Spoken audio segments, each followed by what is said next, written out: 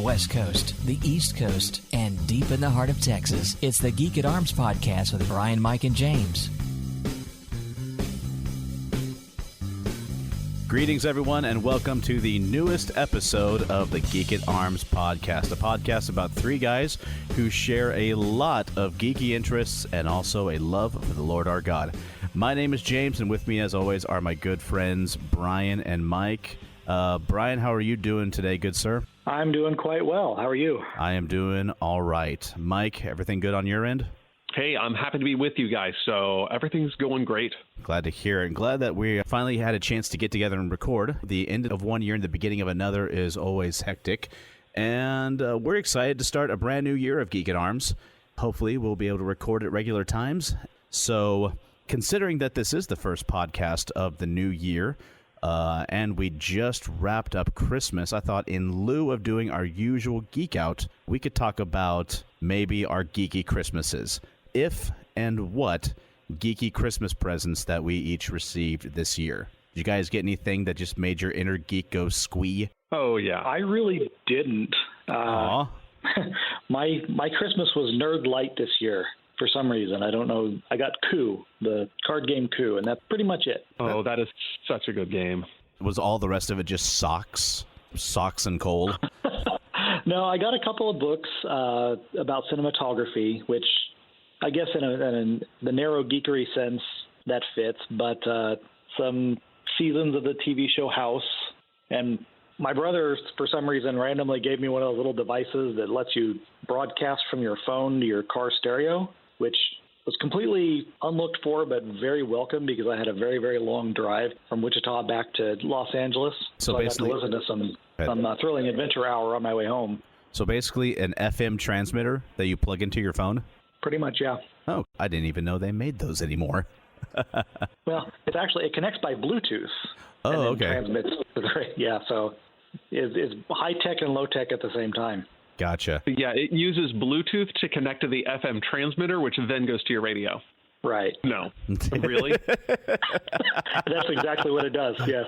Oh, my gosh. I thought you were telling me that it Bluetooth connected to your car, which made sense, but why would you need a third device to do that now that I think about it?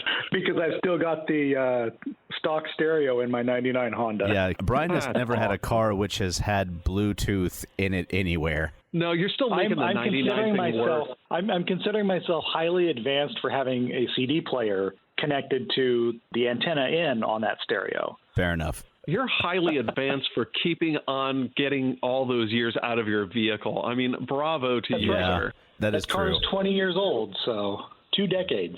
Next year, you get to buy it a beer. This is great. Well, I think in many states it now qualifies as a classic. Yeah. I think I'd feel pretty ridiculous with an antique license plate on my Honda. You should do it and just take it to car shows and just grin at those people. Like, what is that? This is a 1999 Honda. They made cars back then? That's right, my antique Civic. Well, what about you, Mike? I'll tell you this. My friends and family made it rain bow ties, so that's great. See, I'm sorry, but you're saying that like you were disappointed when we all know it was the dance of the bow tie fairy for you, and you were loving every minute of it. No, that was the voice of bow tie fairy. Oh, yeah. I mean, there's a bow tie fairy. I mean, there is now. If there isn't, I am applying for that job. Yeah, I am not disappointed. No, that was the voice of savoring. The most flamboyant of the ties which I received, which I'm actually wearing right now, which all of you listeners can hear, is a really deep purple and dark teal. Oh, man, it makes me feel like I have a peacock comfort animal displaying its plumage upon my neck from the business hours of 9 to 5. Well, we appreciate your putting on the good bow tie for us today. Very much. I feel honored. You should. It was really just for me. But yeah, you should be honored. Cool. So also my mom, it was really, actually it was either my mom or my dad. My parents were great. I mean, they don't entirely get this whole role-playing hobby that I have, but they got me this set of zinc dice with some blue enamel facing And so Ooh. it's gold and blue, and they're just gorgeous. I think they're made by Techunite, and we'll have a link to them on the show notes. So, but it's just got a wonderful heft. They look pretty, just so pretty, and just a joy to roll. Yeah, I really want to see a picture of these. And the last of the, but not least, of the Geeky gifts was something that my immediate family really coordinated about, and we wanted to make sure that we were all on the same page, because it's kind of like the one gift that we get each other, and we got a Nintendo Switch. Nice. Yeah, first time in well over a decade since I've had a contemporary system. You're going to be able to play games that people are still talking about.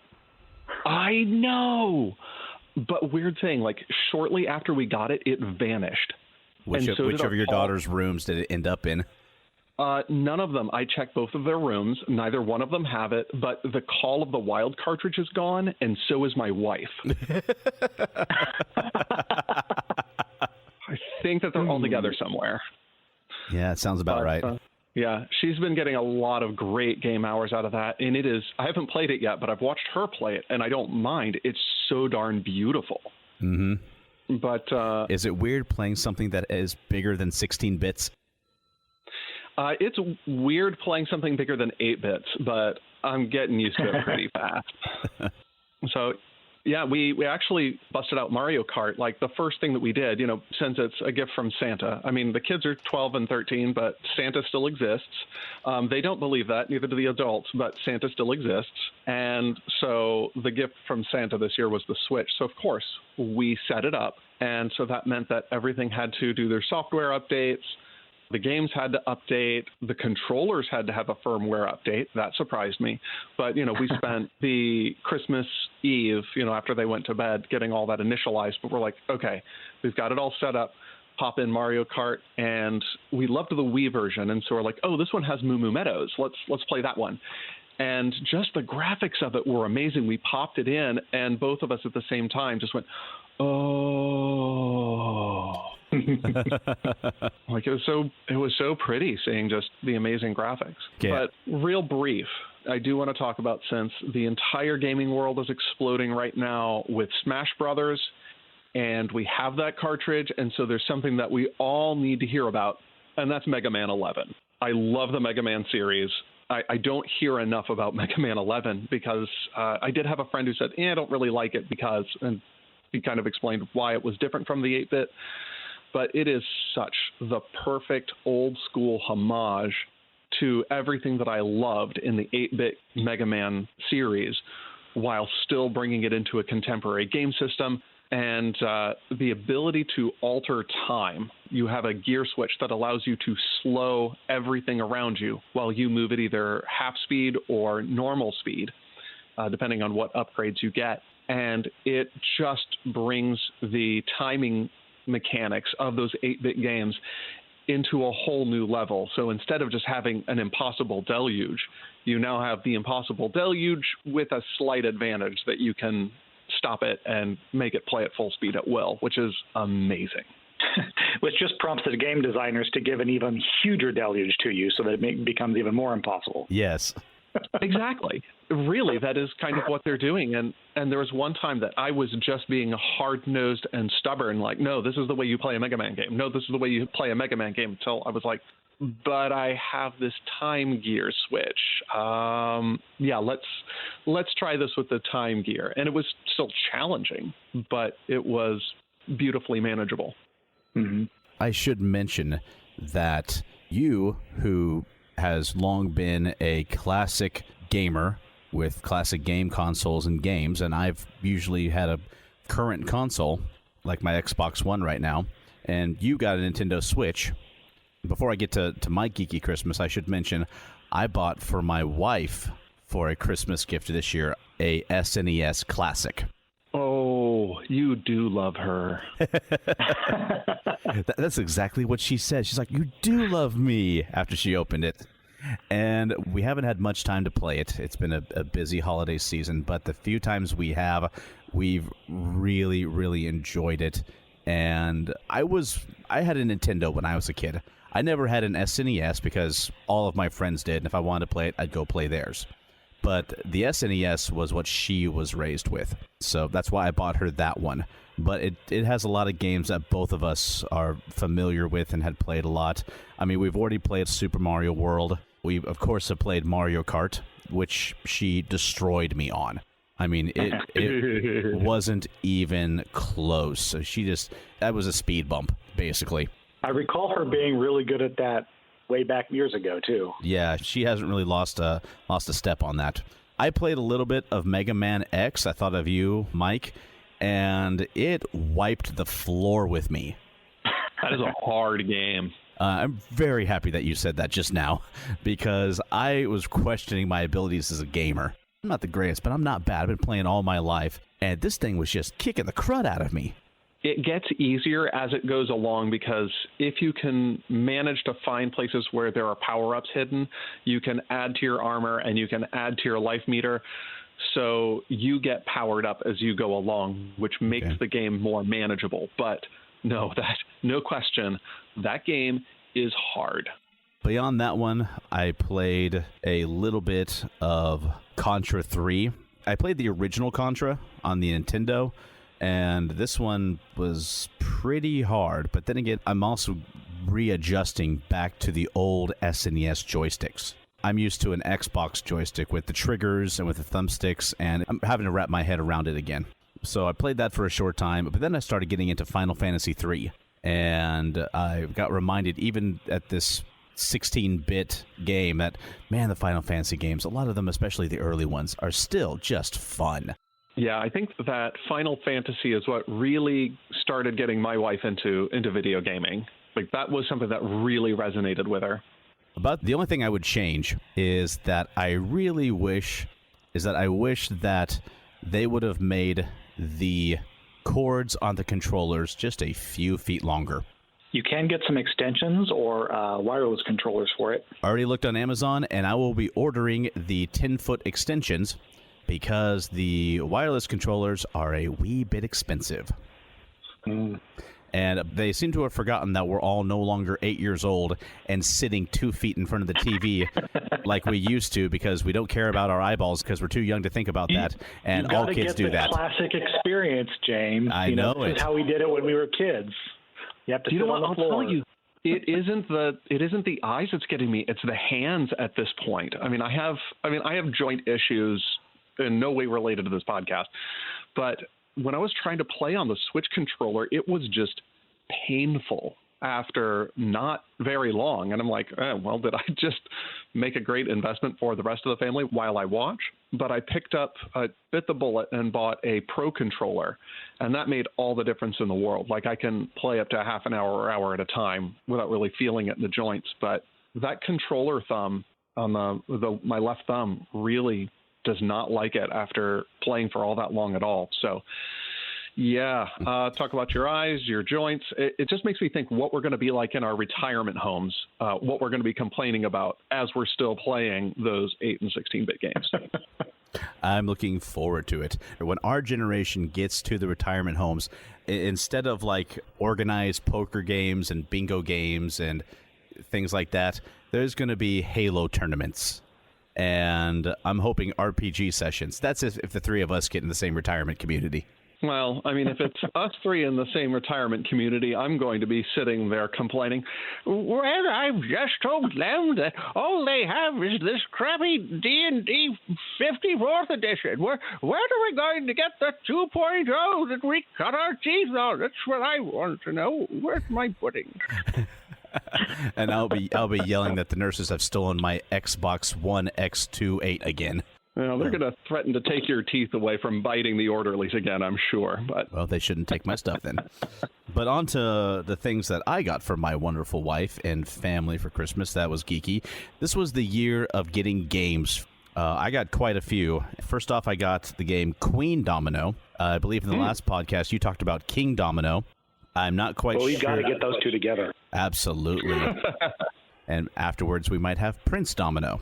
And I know there are differences between Domino, the two. formerly known as Prince.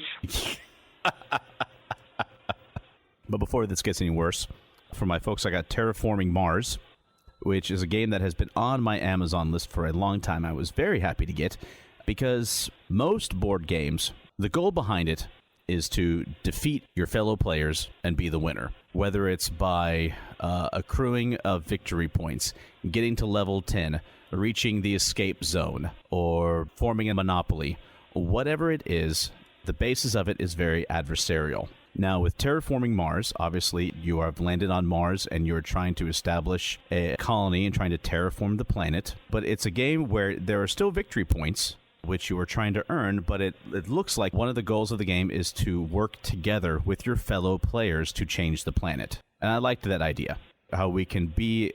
Cooperative? Yeah, we can be cooperative while still being competitive. Interesting. So I hope to give a review on this one soon, and I'll let you know if it's one I think you guys need to add. The final game that I got, and this one was from my wonderful wife, and of the three, it's probably the simplest to play, and it's the one I am most excited about. It's a card game called Biblios. I've heard of that. The premise is, as the head of a medieval monastery, your goal is to assemble the greatest book collection and build the most famous library. Now, to do that, you have to earn victory points like many other games, but you do that by acquiring pigments, decorative lettering, hiring copyists to produce the most famous literary and religious works. And, of course, you only have a limited amount of time and gold to do this, to gather your resources to try to build this wonderful library before your fellow player does. It takes about 30 minutes to play. It's from 2 to 4 players, and it's one I'm excited that I can actually play with my wife instead of trying to scramble to find people to play. The artwork on the cards and on the single-player board that it comes with is beautiful, just great. They did a great job of making a simple board game look beautiful. Mike, you've talked a lot about table presence. This table presence is simple, but I think elegant. By the time we record next, I'll have a review on this one. Yes, please. I would love to read that review. So those were the games I got. I got a couple of pieces of reenactment gear. One of my favorite things to collect and have a variety of is medieval mugs and tankards. I've got quite a few. All have been handcrafted by various potters. And she bought one for me from an Etsy store, I believe called the Dwarven Forge. Now, with a name like that, you think they would be churning out Norse dwarvish metal works, but actually they've got a lot of handmade pottery items.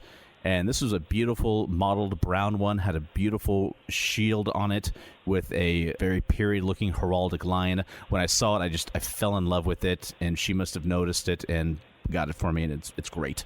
And I'll post a picture of it as well on the Facebook page. And then she got me something that I wasn't expecting, but I'm loving.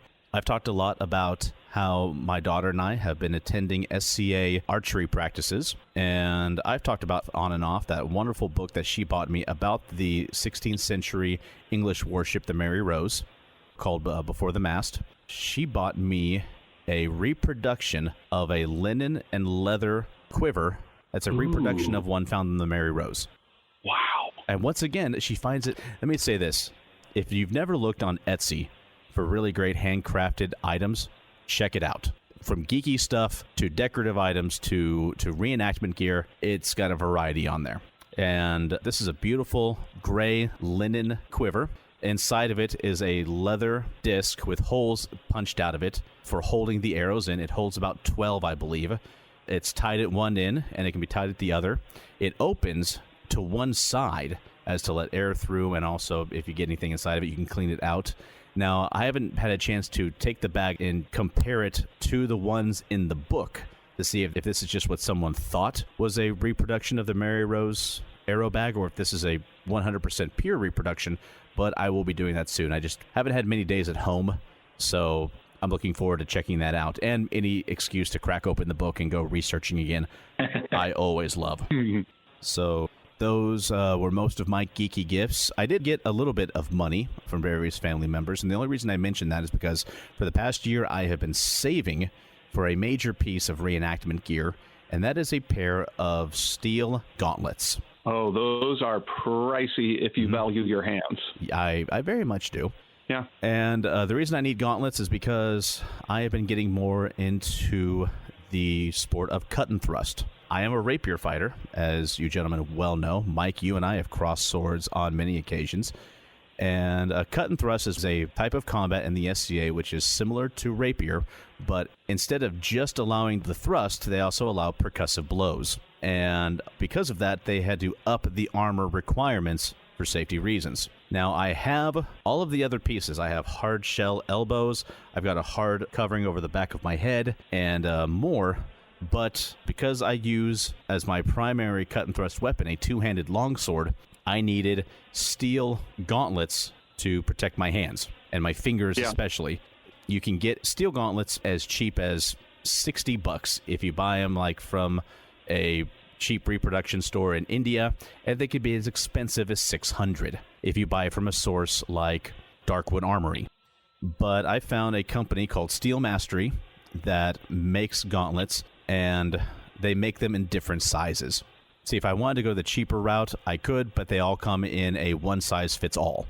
And your hands are not one-size-fits-all? No. One-size-fits-all usually ends up being around a large. My hands are medium. I fit a medium glove perfectly. A large glove is just going to feel uncomfortable, and I'm not going to have the type of dexterity with them and with my sword that I want when I'm fighting a match. So I found this great company. They're out of Europe, and they make a beautiful gauntlet based on a pair of brigandine gauntlets found around the time of the Battle of Visby. And with that little bit of money I got over Christmas, I believe I've got enough to buy myself a pair. So are these full finger? Are they clamshell? Are they mitten gauntlets? Like, do you have individual finger articulation? No, or they are brigandine gauntlets. And so they will have steel over the back of the hand, steel over the knuckles, and smaller steel plates inside the leather glove over the fingers. Okay, and interesting. Over the thumb joints as well. And then brigandine-style steel overlapping plates over the wrist. So all the required places will have steel and leather covering them. So if I do take a hard shot, I'll be safe. It'll sting, but I won't be hurt. Yeah, that's the important thing with steel gauntlets. You want to be able to feel it because you want to be able to call your blows. But if, this is the thing. Sometimes people don't always calibrate right, especially if you're going to an event where there's tournaments. Somebody is going to get a little too excited and hit hard, and you never want a broken finger over just a game. You're absolutely right. And sometimes some people throw hard intentionally. Most of the time, it is a shot thrown in air. All of us have done it. None of us go out there wanting to hurt our opponent. At the end of the day, we're all friends. We're compatriots. We're brothers and sisters in arms, and we're there to have fun. But we have all, in the heat of the moment, thrown a shot with a little too much gusto than we meant to, and we've all received one. It's the nature of the beast. The best thing you can do is, I've found that when I've thrown a shot was way too hard, I immediately stop myself and I apologize sincerely and say, I am sorry, that came off way too hot, I need to calm down, I need to slow down, are you okay? And whenever I've received one, most of the time I've said, ouch, that was a little hot, but usually they apologize and I said, hey, it's all good. It's the nature of the beast. Yeah. Thank you for apologizing. How about we take a moment, calibrate, and let's move on. Yeah. If you throw way too hard, step one, apologize. Step two, take a break off the field. That's just me. So that was my geekmas. And may all your geekmasses be merry and bright. Well, I had one big disappointment. I've been really, really looking forward to playing a few rounds of Magic the Gathering with this guy who said he was going to be there and bringing cards. Yeah, I just couldn't connect with him. That guy sounds like a jerk. You don't need him in your life. I'd drop him like a bad habit. I was greatly disappointed that we weren't able to make the connection. So was I. 3 new decks that I wanted to test out to see how well you would break them. Oh, you even made new decks. That's killing me. Oh, I'm sure you'll see them in the future. I know. Maybe we can arrange a Skype night or something. I would totally be down for that. Yeah, I wished I could have, man. I thank you for understanding, though. You know what was going on with us and why we were so busy, and I would have given anything to make it happen. So, moving on from our geeky Christmases, usually we have a variety of topics. In the coming year, we are going to look at some more movies for the video club. And when we get those figured out, friends, we'll let you know. And if any of our listeners have a suggestion for a movie to add to the film club, I called it a video club a second ago, but I think we're just kind of unofficially calling it the Geek at Arms Film Club. If any of you have a suggestion for it that you consider to be a classic or well-loved movie, let us know. Let us know. Yeah, not enough loved. Yeah, or not enough loved. This is underrated. It's a crime. It hasn't been talked about more. Let us know what it is. It might already be on our list, but it might be one that we need to take a look at. We'll even throw in a special bonus to our listeners because a lot of other podcasts and vidcasts out there will only take these suggestions from their Patreon subscribers. You don't have to give us $1. We'll still listen to you. Of course, because we're too lazy to set up a Patreon. No one needs to know that. Well, I think it's well established that I'm lazy. Yeah, I think they do kind of need to know that because if there's a Geek at Arms Patreon and people are donating to it, we're not getting a dime of that. So that would be a problem. Yeah. But anyway, for today, though, because we're brand new into 2019, I thought we could do a segment we haven't done in a while, and that is To the Future. We've got the whole year laid out before us, and we could each talk about you need to say that. To the future. To the future. Was that better? Put some we'll add some reverb afterward in post. Yeah, I'll have the Geek at Arms technical department fix that up.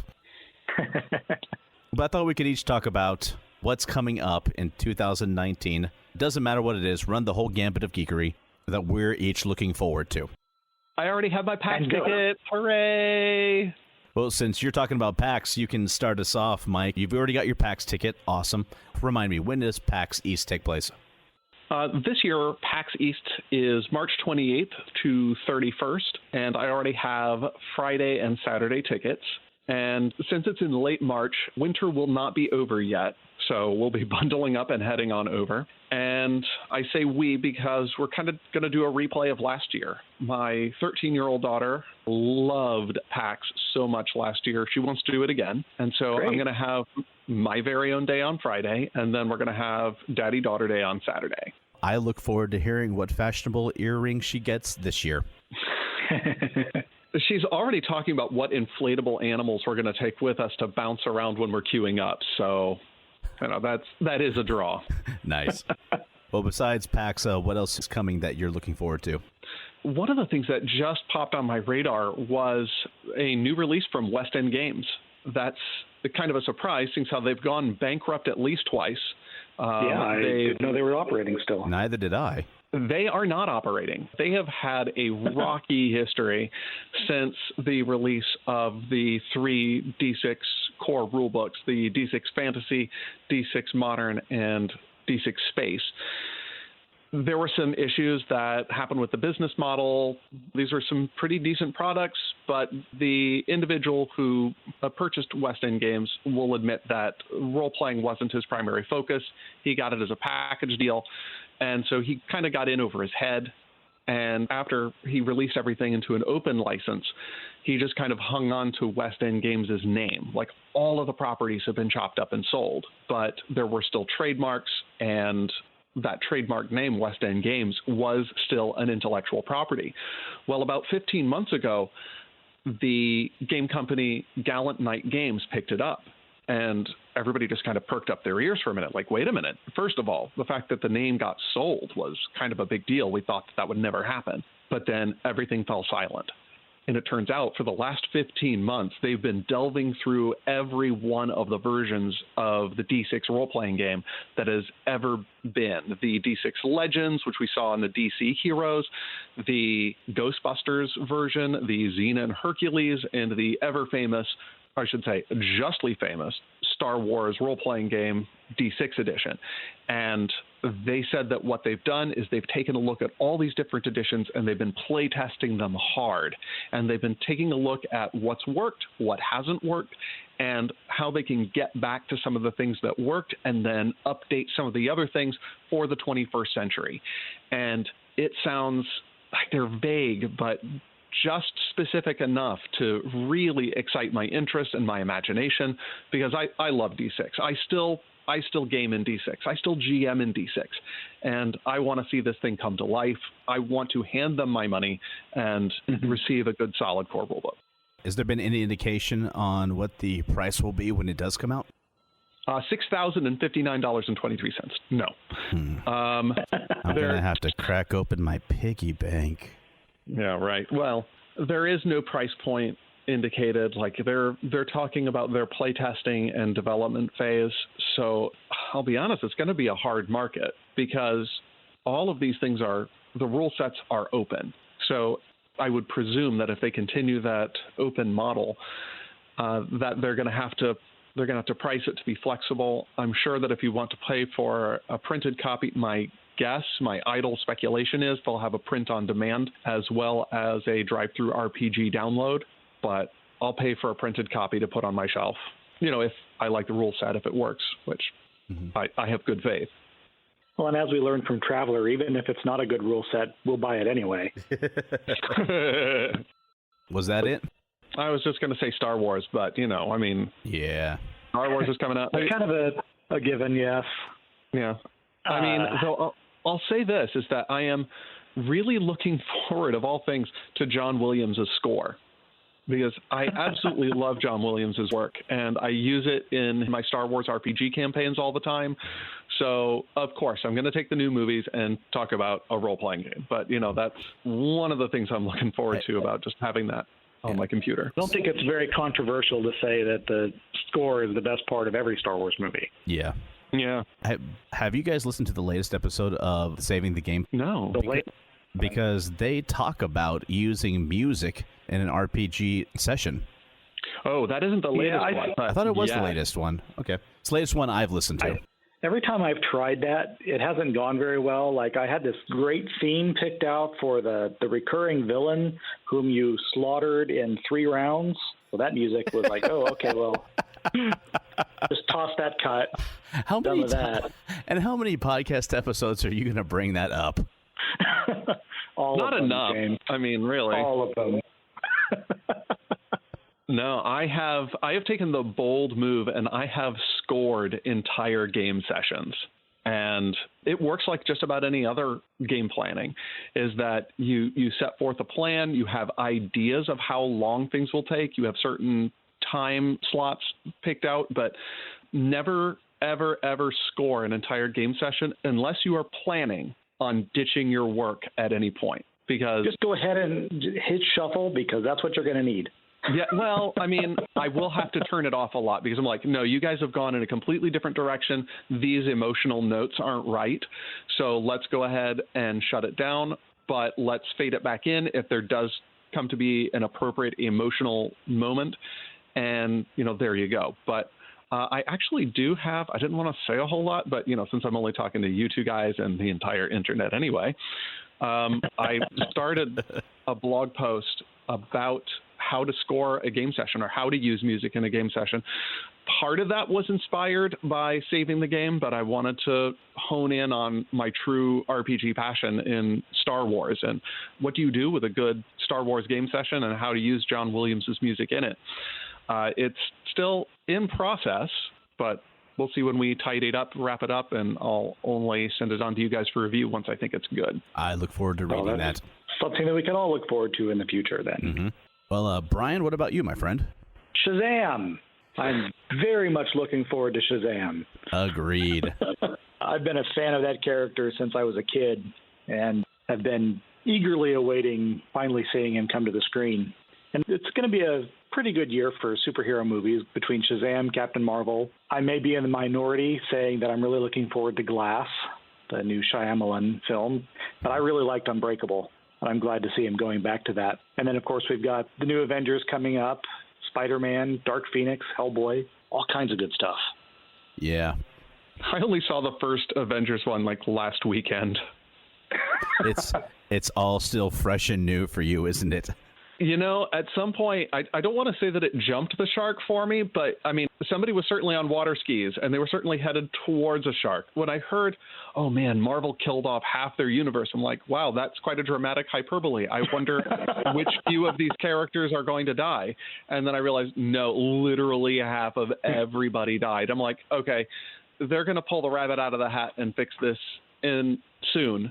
Oh, the movie ended? Okay, well, they're going to fix this in the next movie. Yeah, there's certainly time travel involved already. So it isn't so much that the shark got jumped as the shark turned to dust and floated away. That's the only reason why they didn't jump it. The shark died. Yeah. Now, have you seen Ant-Man and the Wasp? Yes. Mike, have you? No. You need to watch that next. One, because it's a funny movie in its own right, but watching it between now and Avengers Endgame will be helpful. Roger that. So, Shazam. Brian, what else you got? There's got to be more. Well, there's some TV coming up that I'm interested in. You'll probably be interested in this, James. I think it's Netflix. It might be Hulu. The Witcher. Making a TV series. I knew they were making a TV series. I know Henry Cavill got cast as the character of Geralt, and that is the extent of my Witcher knowledge. I saw a picture of him as the character. Looked cool. Mm-hmm. I didn't know that it was coming out this year, though. It's always hard to know. I think it's a Netflix thing. It's hard to know what they're going to do because they finish the entire thing before they release it. That's true. But I would guess that that's probably going to drop somewhere around fall this year. I expect we'll see The Dark Crystal this year also. Oh, I forgot about The Dark Crystal, yeah. Yeah. And I'm really hoping they've managed to finish up Lock and Key, which is based on a graphic novel that I really, really enjoyed a lot. Kind of a Lovecraftian story. Speaking of TV, I think The Orville has started back up by now. Yes, I believe you're right. I'm looking forward to checking that out on Hulu. That was a show my wife and I really liked. And Gotham's final season should be finishing up this spring also. Cool. I've been very happy. I haven't watched it as it's been airing, but I watched the entire thing on Netflix last summer. It's like, yeah, that is a really good show. It's Batman without having any Batman in it, which is exactly kind of what I wanted to see, because I'm tired of Batman himself. Is Batman himself the name of the autobiography? Yes, Batman himself. An autobiography, unauthorized, by of course. Batman. With foreword by Bruce Wayne. Right. And speaking of books, I'm hoping maybe we'll finally see Jim Butcher's next one coming. Oh, I hope so. He released a short story on Christmas Eve. I read that one. Which, like, oh, okay, there's an awful lot of stuff that he's talking about in the short story that hasn't happened in the books yet, so maybe that means he's close to being done with the thing. I think it's called... Or I totally missed a novel. Yeah. I honestly, I thought I had to, because in the short story, he mentions the peace talks, and I think that's the actual name of the next book. Right, that's the title of the next novel. Yeah.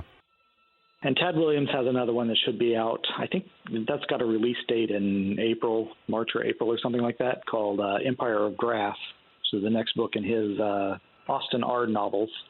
Really looking forward to that. I've been a fan of Tad Williams since pretty much when I first started reading fantasy. The Dragonbone Chair was one of the first novels that I read. And it's been a long time since he's written in that world, and now he's writing more there. And that's pretty much all I had to say on that topic. What are you looking forward to, James? Like you, a lot of movies. In fact, pretty much all of the movies that you mentioned. With the addition of just a couple. I'm looking forward to, in February, the final movie in the How to Train Your Dragon series, The Hidden World. It's one I've really enjoyed. My daughter has fell in love with them, and so I'll be taking her to that. Of course, Captain Marvel, Shazam, Avengers Endgame. I had forgotten that there was another Spider-Man movie coming out later this year. Oh, did you see the one that released over Christmas, Into the Spider-Verse? That was phenomenal. I hear people talking about that on the train. I did not. I was expecting just Joy and I went to go see it. This would be a fun, light, a cartoon. Yeah, it'll be all right. I was not expecting to walk out considering this to be my favorite Spider-Man movie and possibly one of my favorite superhero movies I've ever seen. Wow, that's high praise. It's really good. It deserves the praise. I can't. It's the first one that's actually like, it's a comic book movie. Yeah. Stylistically, it feels like a comic book. And not just like the whole Ang Lee's Hulk where we're putting things in frames. It was actually the comic book tropes in it. It's really nice. Mm-hmm. It has so many lighthearted moments, so many moments that I'm looking at my wife saying, Joy, the movie's making me feel things.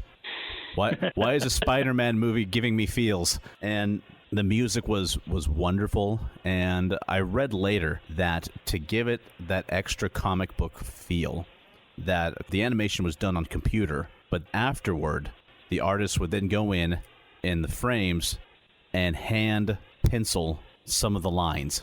Oh, wow. So many of the different shots, give them a little bit of finish.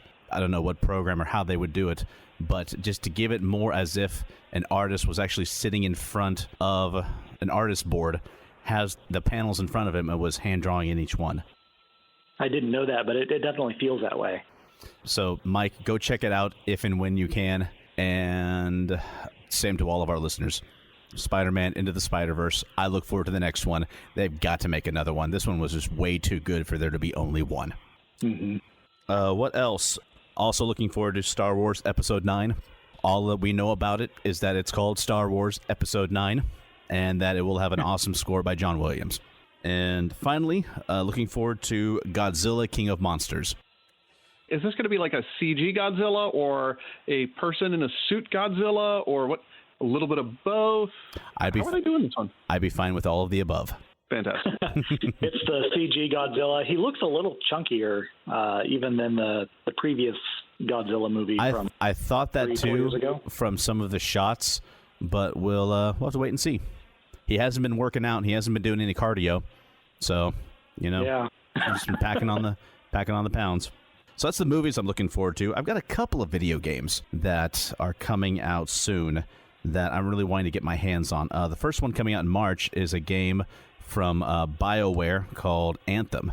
BioWare, of course, famous for putting out the Mass Effect series, Dragon Age series. Not too happy with them, with how Mass Effect Andromeda worked out, but hopefully this will be a return to form.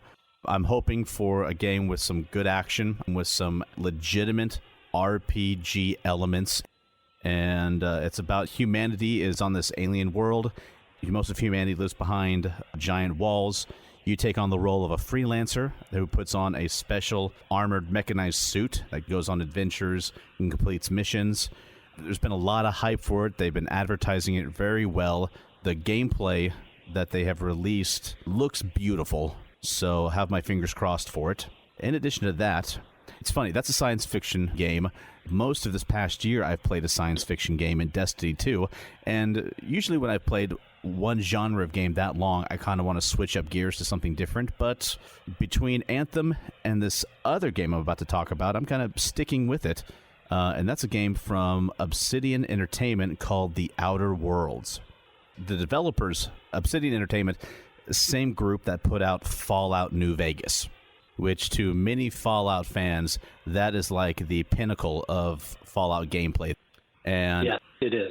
And this is a science fiction title set on an alien world. And I just saw the trailer like a week ago, and I fell in love with it. I'm like, I want to play this.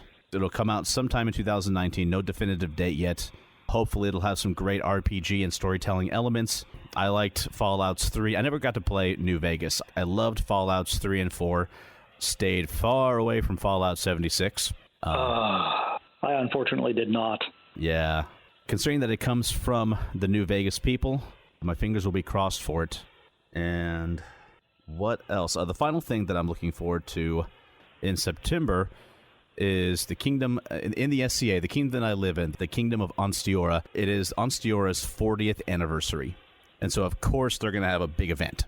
I'm looking forward to that because in the coming year, I'm going to be doing my hardest to get back into fighting, get to some fighter practices, get into better shape so that I can come to this event, have a lot of fun with my family, and fight in some tournaments in both rapier and cut and thrust, and just have a good time.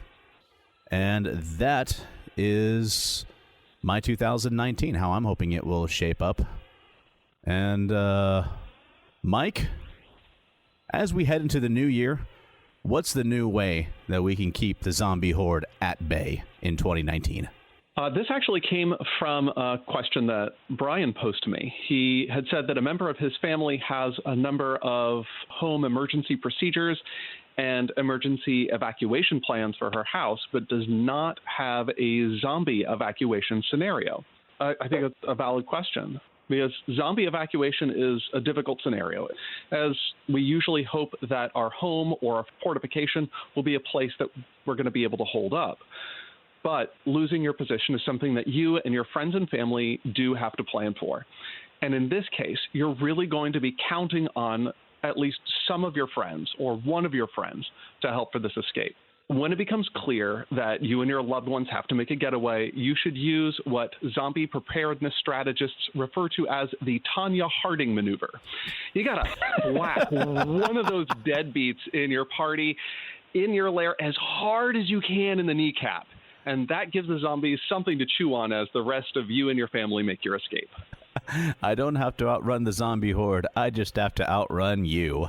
And I'm going to make that real easy. Dark, but I like it. When they turn, they're already limping, so that the zombie's a little bit slower. Win-win. Well, on that note, I think it's going to wrap it up for this episode. I want to thank you all for listening in. Make sure you check us out online at geekandarms.com and at facebook.com/geekandarms. Mike, what is our awesome Twitter handle? We are at ArmsGeek on Twitter. That's right, ArmsGeek.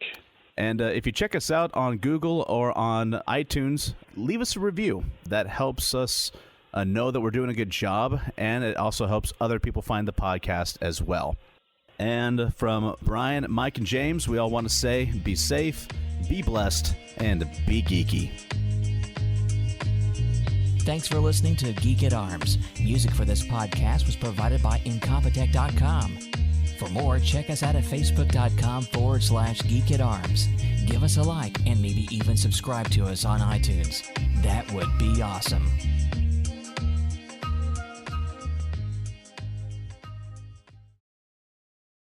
To the future.